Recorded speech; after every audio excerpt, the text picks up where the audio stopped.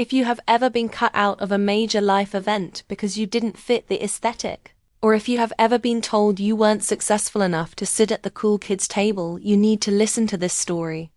My cousin disinvited me from her wedding 3 days before the ceremony because she thought my presence would embarrass her in front of her fiancé's wealthy friends. She called me too plain and financially incompatible with her new lifestyle. She had absolutely no idea that the man I was bringing as my plus one wasn't just wealthy. He was the man who owned the company her fiancé worked for. And when we walked through those doors, everything changed. My name is Elena, and for my entire life, I lived in the shadow of my cousin Sarah. We were the same age, born just 3 months apart, but our worlds couldn't have been more different. Sarah was the golden girl of our family, tall, blonde, naturally charismatic, and undeniably beautiful. I was the quiet one, the bookworm, the one with frizzy hair and glasses who preferred coding on my laptop to going to parties. Our family, particularly my aunt and uncle, fed into this dynamic. Sarah was destined for greatness, they said. Elena was ... well. Elena was responsible. Elena was safe. By the time we were 28, the divide had only grown. Sarah worked as a junior PR associate at a fashion firm, a job that barely paid her rent, but gave her access to exclusive parties and high-status people. That was how she met Ryan. Ryan was an investment banker, ambitious, handsome, and obsessed with appearances. From the moment they started dating, Sarah transformed. She stopped shopping at the mall and started maxing out credit cards at designer boutiques. She changed the way she spoke, adopting a transatlantic accent that sounded ridiculous to anyone who knew she grew up in Ohio. And she started cutting people out of her life. I should have seen the signs, but I was too busy with my own life to pay close attention to her social climbing. What my family didn't know, what I explicitly kept from them, was that my boring computer job wasn't just IT support. I was a specialized cybersecurity consultant. I had spent the last 5 years building my own firm, securing contracts with Fortune 500 companies. I made more in a month than Sarah made in a year, but I didn't drive a flashy car, and I didn't wear logos on my chest. I lived in a modest, high-security apartment building and invested my money. To Sarah and my family, I was just struggling Elena, who probably needed help paying for dinner.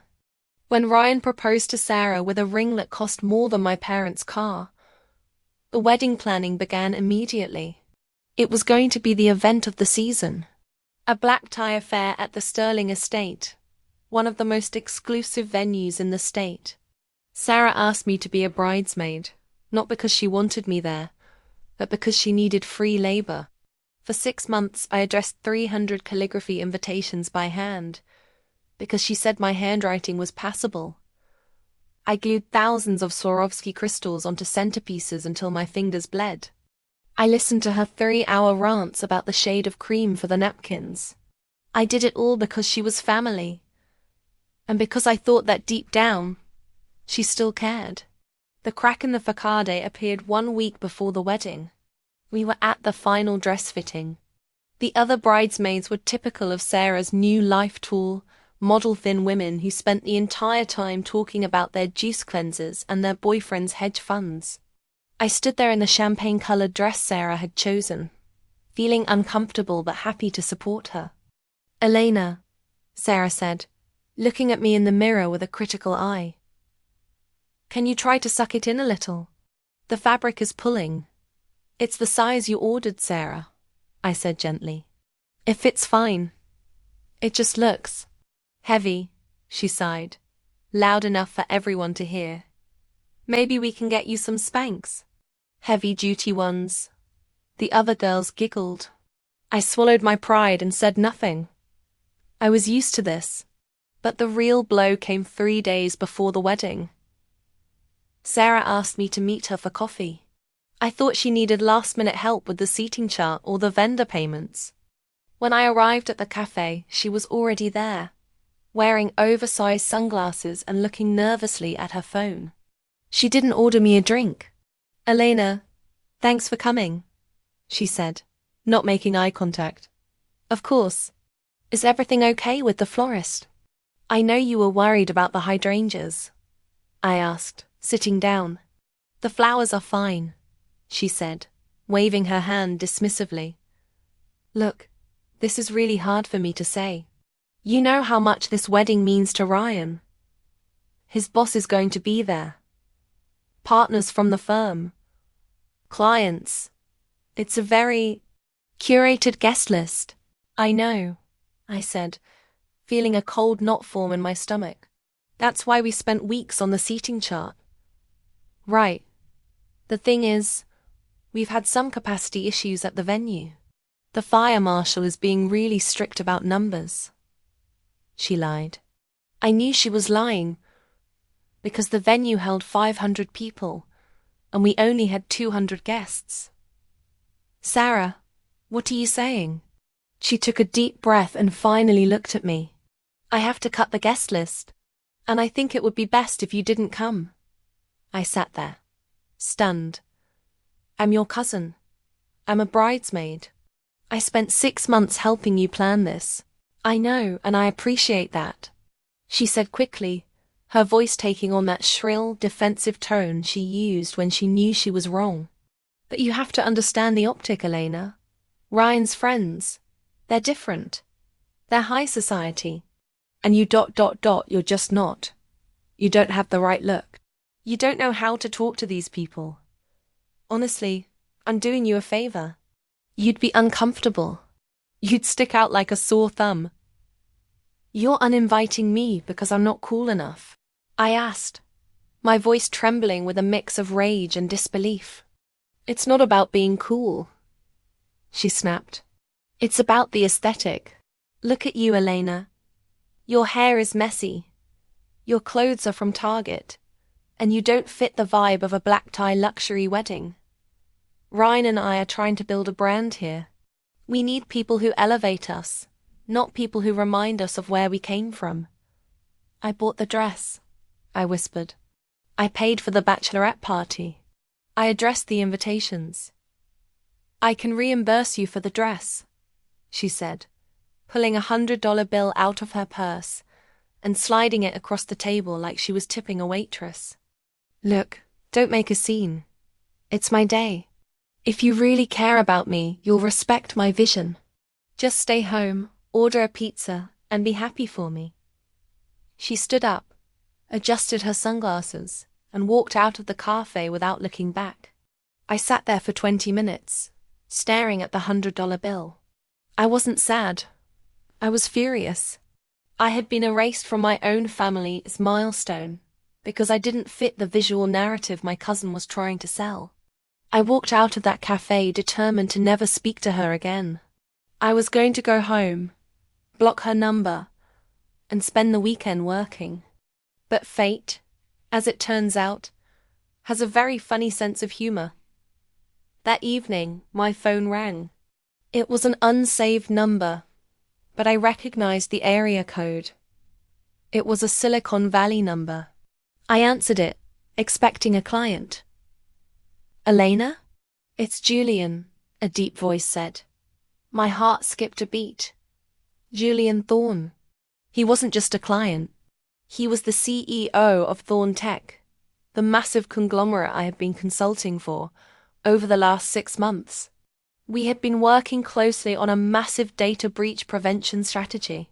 He was young for a billionaire, maybe 32, notoriously private, and incredibly sharp. We had developed a rapport that bordered on friendship, though we kept it strictly professional. "Hi, Julian. Is everything okay with the server migration?" I asked, switching instantly into work mode. "The servers are fine. This is actually a personal request," he said, sounding unusually hesitant. "I know this is last minute and totally outside the scope of our contract, but I'm in a bind." "What kind of bind?" "I have to attend a wedding this weekend," he sighed. "It's for one of the VPs at my finance subsidiary.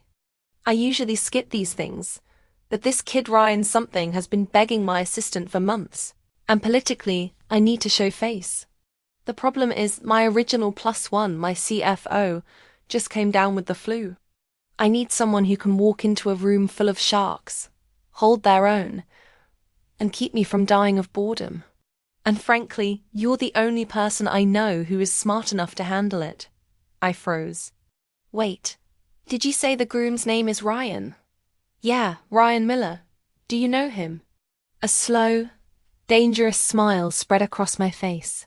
Sarah had disinvited me because she wanted to impress Ryan's boss. She had no idea that her boring cousin was the only person Ryan's boss actually respected. I know him, I said, my voice steady. And Julian. I would love to be your +1. Great, Julian said, sounding relieved. It's black tie. I'll send a car for you on Saturday. Oh, and Elena. Dressed to kill. We're going to make an entrance. I looked at the champagne-colored bridesmaid dress hanging on my door. The one Sarah said made me look heavy, and threw it in the trash. Sarah wanted an aesthetic? I was going to give her an aesthetic she would never forget. I had 48 hours to undo 28 years of being the plain cousin. I knew exactly what Sarah thought of me, that I was frumpy, practical and devoid of style. She thought my bank account matched my outlet mall wardrobe. She was wrong on both counts. For the first time in my life, I dipped into the do not touch savings account. The one I had been building since my first major consulting payout. I didn't go to the department store at the local mall. I went downtown to the appointment-only boutiques that Sarah only followed on Instagram. I walked into Le Rave, a French atelier, wearing my usual jeans and hoodie. The sales assistant looked at me with the same dismissive glint I'd seen in Sarah as 1,000 times. We are by appointment only, she said, blocking the entrance to the fitting area. I know, I said, pulling out my black titanium Amex card, the invitation-only card reserved for high-net-worth individuals. I don't have an appointment, but I do have a very specific need and a very flexible budget. I need to look like I own the room, not just stand in it. Her attitude shifted instantly.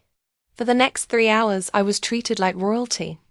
I tried on silks, velvets, and chiffons, but nothing felt right until I put on the midnight blue gown. It was structured, architectural, and completely backless, with a slit that ran dangerously high up the thigh. It was elegant, intimidating, and screamed old money. It cost $6,000. I didn't blink.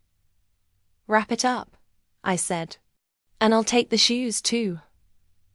On the day of the wedding, I hired a professional hair and makeup team to come to my apartment. They smoothed my frizzy curls into sleek Hollywood waves and painted my lips a deep blood-red crimson. When I looked in the mirror, I didn't recognize myself. The shy, mousy Elena was gone. Staring back at me was a woman who looked like she ran empires. At 5:30 p.m., my phone buzzed. I'm downstairs. I grabbed my clutch, took a deep breath, and walked down to the lobby. A sleek black town car was waiting at the curb. The rear window rolled down, and Julian Thorne peered out. He was wearing a tuxedo that fit him perfectly, looking every inch the billionaire tech mogul. He was checking emails on his phone, looking bored, until he looked up and saw me walking out of the building. He stopped. He actually lowered his phone and took off his sunglasses. The doorman opened the car door for me, and I slid onto the leather seat next to him. The scent of expensive cologne and leather filled the air. Elena? Julian asked, his voice sounding genuinely shocked. Hi, Julian. Do I pass the test? Will I keep you from dying of boredom? I asked, smoothing the silk of my dress. You look dangerous, he said, a slow grin spreading across his face. I think the boring IT consultant act has been a lie this whole time.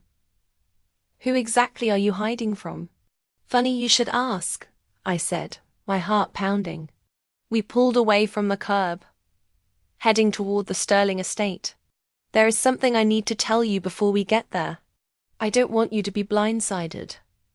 Ominous. I like it. The bride, Sarah. She's my cousin. Julian blinked. Your cousin? I thought you said you didn't know Ryan that well. I don't know Ryan. I know Sarah.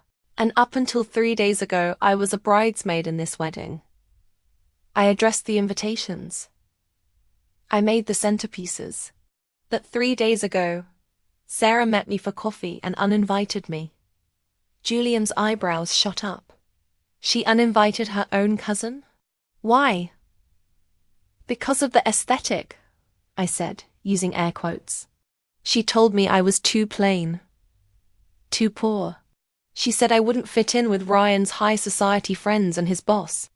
She explicitly said my presence would be an embarrassment because I don't look the part. I turned to look at him. She wanted to impress Ryan's boss. She wanted to impress you. Julian was silent for a moment, processing this. Then he started to laugh. It wasn't a mean laugh. It was a dark, delighted laugh. Let me get this straight, he said, leaning back. She kicked you out because she thought you weren't good enough to be in the same room as me. And now, you're showing up with me, wearing a dress that probably costs more than her catering budget. That's about the size of it, I admitted. If you want to turn the car around, I understand. I don't want to cause a scene that reflects poorly on you. Julian looked at me, his eyes gleaming with mischief. Turn around? Elena, are you kidding? I haven't been this excited for a wedding in years. This is poetic justice. We aren't just going to that wedding. We are going to own that wedding. He tapped the partition to the driver. Turn up the music. We're making an entrance. We arrived at the Sterling estate just as the cocktail hour was transitioning into the reception. The sun was setting, casting a golden glow over the manicured lawns and the white marquee tent. It was beautiful, I had to admit. Sarah had good taste, even if her soul was rotten. We bypassed the receiving line. Julian, being who he was, didn't wait in lines. We walked straight toward the entrance of the ballroom. The security guard at the door looked at his list, then looked up at Julian and practically saluted. Mr. Thorne, welcome. We have your table right near the head table. Thank you, Julian said coolly. He offered me his arm. Ready? Ready, I whispered. We walked through the double doors. The room was buzzing with chatter, crystal glasses clinking, and soft jazz playing. It was a sea of tuxedos and pastel gowns. As we stepped onto the carpet, the energy in the room shifted. It started as a ripple, people near the door turning to look, and then spread like a wave. People stopped talking. Heads turned. I felt hundreds of eyes on us. Julian Thorne was a celebrity in the business world. His presence alone was enough to stop conversation. But they weren't just looking at him. They were looking at the woman on his arm. The woman in the midnight blue gown with the blood-red lips. I kept my head high, my expression cool and unbothered. I scanned the room until I found them. Sarah and Ryan were standing near the cake, holding champagne flutes, basking in their moment. Sarah looked beautiful in her white lace gown, laughing at something a guest was saying. Then, she noticed the silence in the room. She followed the gaze of the crowd. Her eyes landed on Julian first. Her face lit up with triumph. The VIP had arrived. She grabbed Ryan's arm and pointed. Ryan straightened his tie, looking nervous and eager. Then Sarah looked at the woman holding Julian's arm. At first, there was zero recognition. She looked at me like I was a stranger, some model or socialite Julian had brought along. She admired the dress. She envied the confidence. And then, as we walked closer, the realization hit her like a physical slap. I saw the color drain from her face. Her jaw actually dropped. She blinked once, twice, trying to make the image in front of her match the frumpy cousin she had discarded 3 days ago. We didn't stop. We walked right up to them. Ryan, oblivious to the family drama, stepped forward with his hand extended, sweating slightly. "Mr. Thorne, I can't believe you made it." "It's such an honor," Ryan stammered. Julian shook his hand briefly, then turned his attention to Sarah. "Ryan, introduce me to your lovely bride," Julian said, his voice smooth as silk but with an edge of steel. Of course. This is my wife, Sarah," Ryan said, beaming. "Sarah, this is Julian Thorne, the CEO." Sarah couldn't speak. She was staring at me, her eyes wide with horror. "A pleasure," Julian said. "And I believe you know my +1. Julian stepped back slightly, presenting me to them. "Hello, Sarah," I said, my voice calm and clear. "You look lovely." The aesthetic really came together, didn't it? Ryan looked between us, confused. "Wait, you two know each other?" "Know each other?" Julian laughed, wrapping an arm possessively around my waist. "Ryan, didn't you know? Elena is my most trusted advisor. I don't make a single major decision without her. In fact, I was just telling her how surprised I was that she wasn't in the wedding party, considering she's family."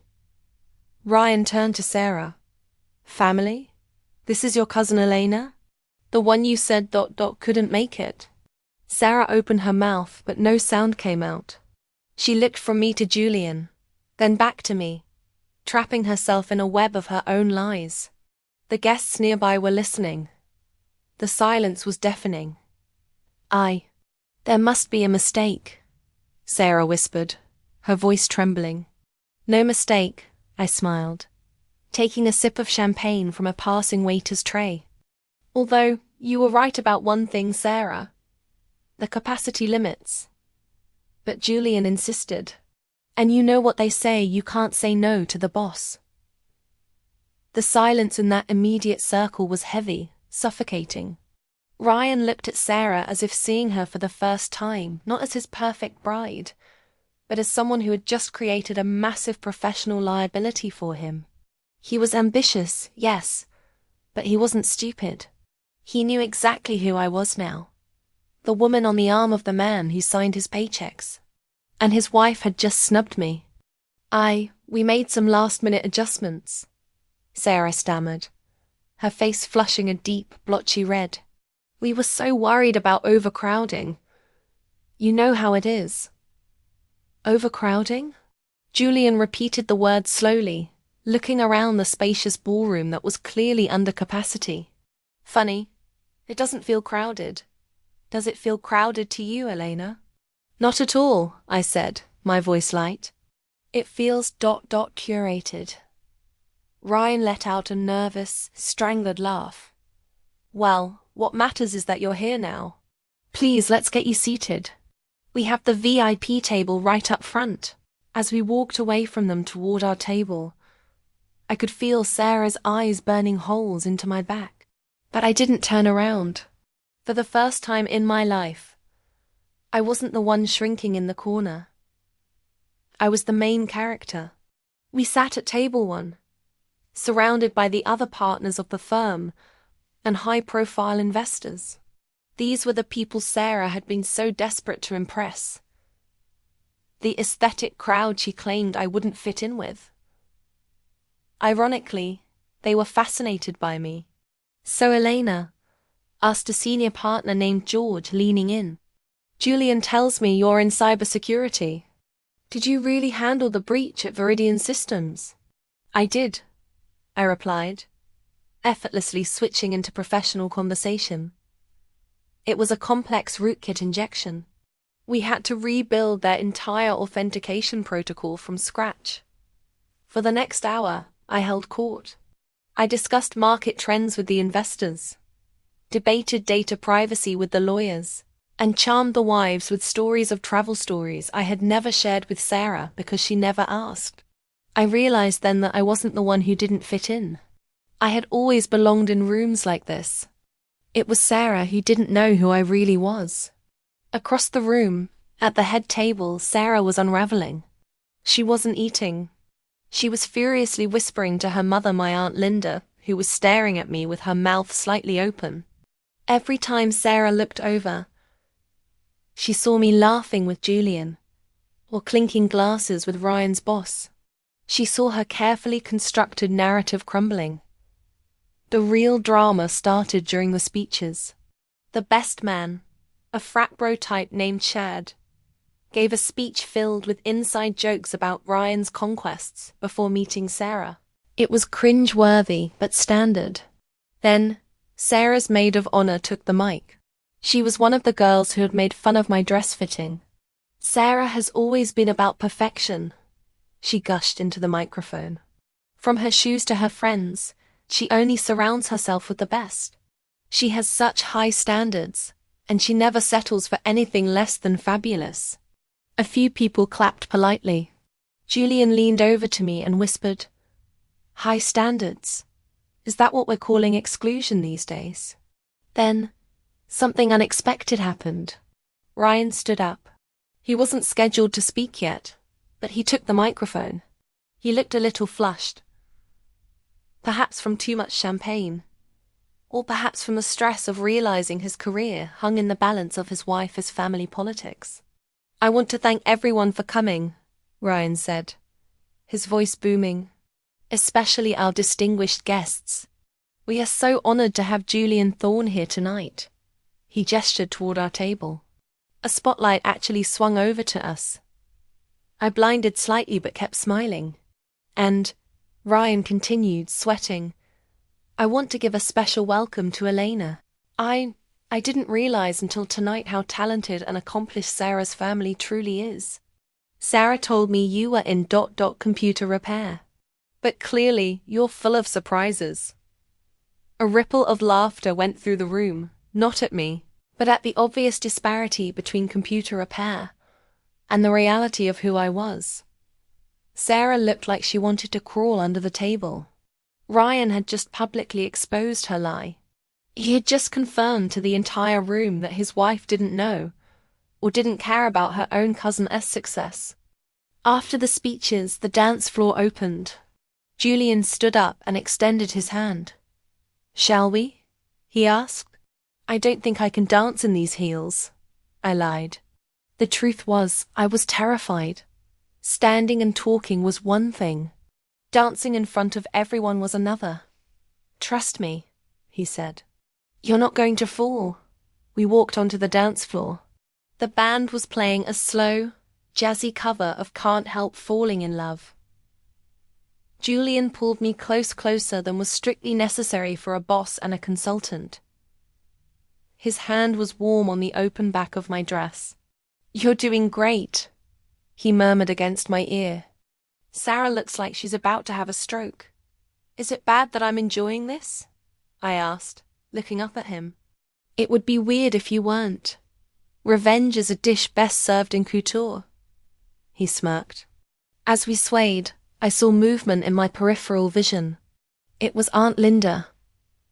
She was marching toward the dance floor with a look of grim determination. She stopped right at the edge, waiting for us to finish. When the song ended, Julian guided me off the floor, but Aunt Linda intercepted us. "Elena," she said, her voice tight and sharp. "We need to talk. Now." Julian stepped forward slightly, positioning himself between me and her. "Is there a problem?" Linda looked at Julian, intimidated but furious. "This is a family matter, Mr. Thorne. If you'll excuse us." "Actually," I said, finding my voice, "Julian can stay. I have nothing to hide." Linda glared at me. "What do you think you're doing? You show up here, uninvited, making a spectacle of yourself. Sarah is in the bathroom crying. You've ruined her night." "I ruined her night?" I asked, incredulous. "She uninvited me 3 days ago because I wasn't aesthetic enough. She told me I would embarrass her. I'm just here as a guest of the groom's boss. If Sarah is embarrassed, that's because she realized she underestimated me." "You're selfish," Linda hissed. You always have been. You couldn't just let her have a moment. You had to show up in that ... that dress, and parade around with a billionaire just to make her look small. She made herself look small, Linda, Julian interjected, his voice cold and authoritative. Elena didn't say a word against her. Sarah's own insecurity is what's ruining her night. And frankly, if I hear one more word of disrespect toward my guest, I will be rethinking my entire relationship with this firm. Do I make myself clear? Linda went pale. She looked from Julian to me, realizing for the first time that the power dynamic had completely shifted. She wasn't talking to little Elena anymore. She was talking to a woman protected by the most powerful man in the room. She turned on her heel and stormed off without another word. Thank you, I whispered to Julian. Any time, he said. But the night isn't over yet. Look who's coming, I turned. Sarah was walking toward us. She had fixed her makeup, but her eyes were red. She wasn't storming like her mother. She looked ...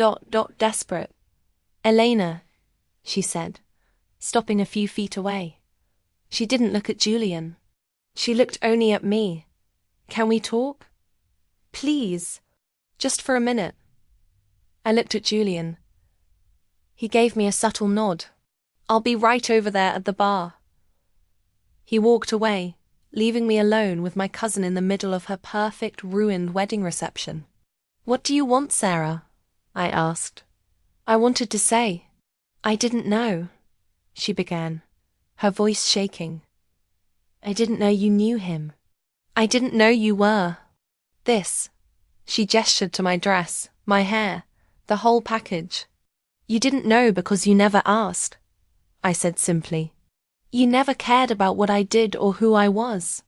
You only cared about how I looked in a photo. I was under so much pressure, she pleaded. Ryan's family, the firm. I just wanted everything to be perfect. And I wasn't perfect enough for you, I finished. I didn't mean it like that. You meant exactly that. You offered me $100 to stay away, Sarah. Do you remember that? You tried to pay me off like I was a problem to be solved. Sarah flinched. I know. I'm sorry. I made a mistake. Ryan is furious with me. He thinks I jeopardized his job. Please, Elena, can you just ... smooth it over? Tell Julian it was a misunderstanding. Tell him we're close. I stared at her. Even now, in the wreckage of her own making, she wasn't asking for my forgiveness. She was asking for a favor. She wanted me to save her status. I can't do that, I said. Why not? She cried. We're family. We were family when I addressed your invitations, I said, my voice hardening. We were family when I glued crystals to your centerpieces. But when you decided I wasn't good enough to sit at your table, you decided we weren't family anymore.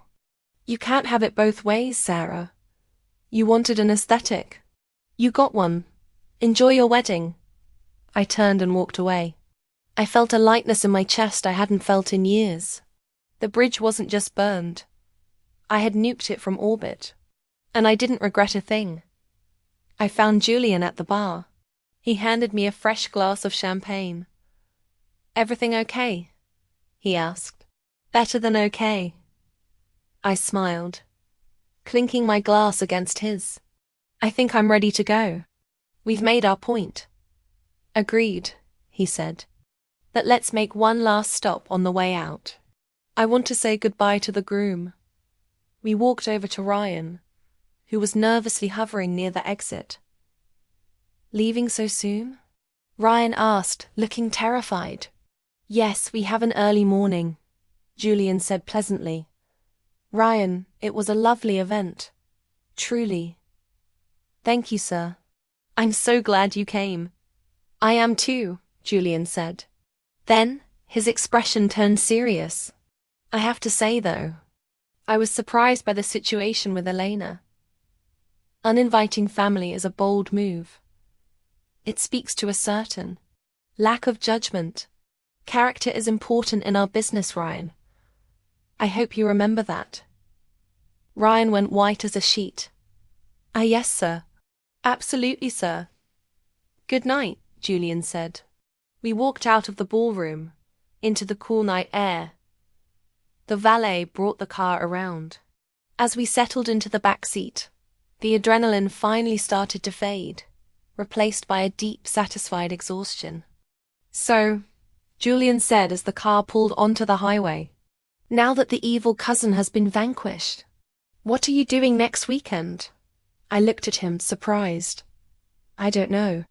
Probably working. Don't, he said. I have a charity gala in New York. There won't be any mean cousins, but there will be a lot of champagne. And I need someone who can keep me from dying of boredom. I smiled. A real, genuine smile. I think I can handle that. The story of my cousin's wedding didn't end there, of course. The fallout was just beginning.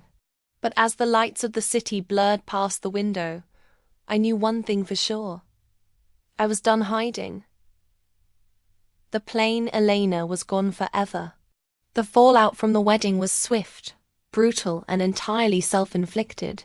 I didn't have to lift a finger. I just had to step back and watch gravity take its course. Monday morning, Ryan was called into a meeting with HR and the senior partners. He wasn't fired. Julian was too professional for that, but he was effectively put in corporate purgatory. He was removed from the prestige accounts. His bonus was capped, and the promotion he had been banking on was given to a junior associate. Julian's comment about judgment and character had been a death knell for his upward mobility. In the finance world, once the big boss loses respect for you, you're done. Ryan came home that night and blamed Sarah. For the first time, her aesthetic had cost them actual money. As for Sarah, her social climbing ladder collapsed. The high society friends she tried so hard to impress were the first to turn on her. Gossip travels faster than light in those circles. The story wasn't that Elena crashed the wedding. The story became, Sarah was so insecure she bullied the CEO's girlfriend. She became a social pariah. The dinner invitations stopped coming. The exclusive brunches were suddenly full. She had tried to curate a perfect image, but she ended up painting herself as a petty, jealous, mean girl. Then came the family. 3 days after the wedding, Aunt Linda called me. Then my uncle. Then cousins I hadn't spoken to in years. Suddenly, everyone wanted to know how I was doing. They wanted to know if I could put in a good word for their kids at Thorn Tech. They wanted to know if I was bringing Julian to Thanksgiving. I didn't scream. I didn't fight. I simply declined. I'm busy became my new mantra.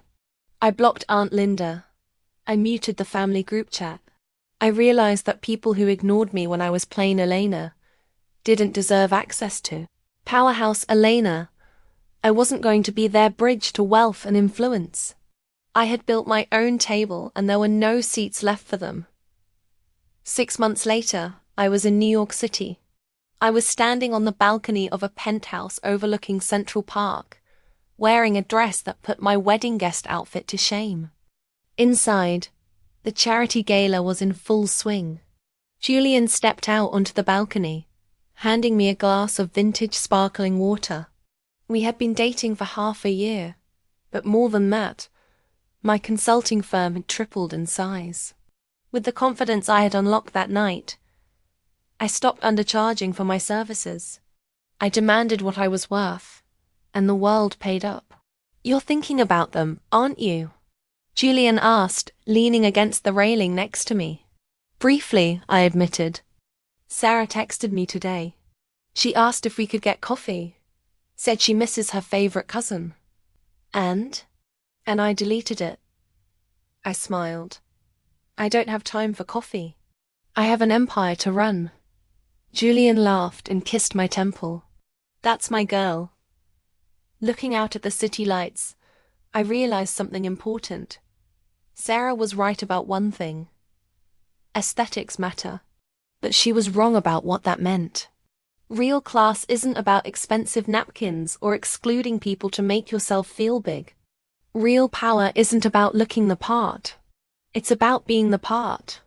I had spent my whole life thinking I was the ugly duckling because I didn't fit their mold. I didn't realize I was a swan until I found a lake big enough for me to swim in. Sarah stayed in her small pond, drowning in her own insecurities, while I flew away. The wedding photos eventually came out on social media. There was one picture that went viral in our local circle. It was in the background of a shot of the cake cutting. You could see Sarah looking stressed and forced. And in the blurry distance, you could see me and Julian laughing, heads thrown back, radiating pure, unadulterated joy. It was the best revenge I could have asked for. Not anger, not cruelty, just me. Living a life bigger and brighter than she could have ever imagined, completely unbothered by her existence. So, if you are listening to this, and you feel like the black sheep, or the plain one, or the one who doesn't fit in, don't you dare change to fit their table. Build your own.